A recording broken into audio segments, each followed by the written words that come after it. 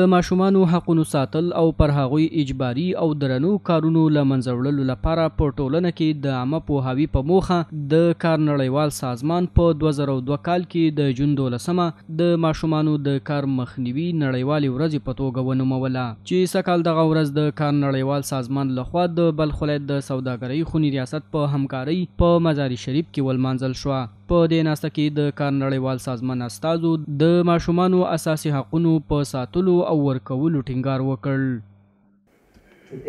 موږ یو ځل بیا د خپلو ټولنیزو شریکانو څخه خپل ملاتړ اعلانوو او همدارنګه د هیواد د ماشومانو څخه ځکه دوی حق لري ترڅو زده کړو ته لاسرسی پیدا کړي او زموږ ملاتړ به لا هم د دوی سره دوام ولري. له بلې خوا د بلخ ولایت اطلاعات و فرهنګ ریاست د اطلاعاتو امیر د رسنیو له لارې په عامه پوهاوي ټینګار وکړ او په عموم کې د ټولنې خلکو څخه وغوښتل چې د ماشومانو په حالت کې د بدلون راوستلو لپاره جدي مبارزه وکړي او په دې برخه کې اسلامي احکامو ته لومړیتوب ورکړي. یگانه کاری که تحقیق صورت بگیره یا آگاهی‌نامه بر فرد ما برسه، این باید از طریق رسانه‌ها کار خیلی خوب صورت بگیره و اینا هم در برنامه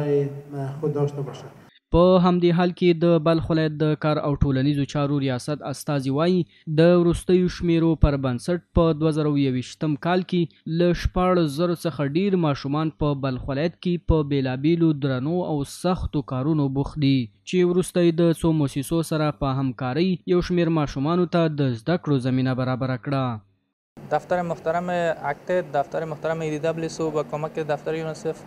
اینا 6 مرکز در سطح ولایت بلخ تأسیس کردن. در هر مرکز 500 طفل تحت پوشش قرار گرفته. په هیواد کې د کارګرو ماشومانو شمیر ټکان ورکوونکی دی. د یونیسف او د کار نړیوال سازمان د وروستي راپور پر بنسټ په 2021 کال کې په ټول افغانستان کې د کارګرو ماشومانو شمیر له 1 میلیون څخه اوړي، چې 14,000 یوازې په بلخ ولایت کې شتون لري.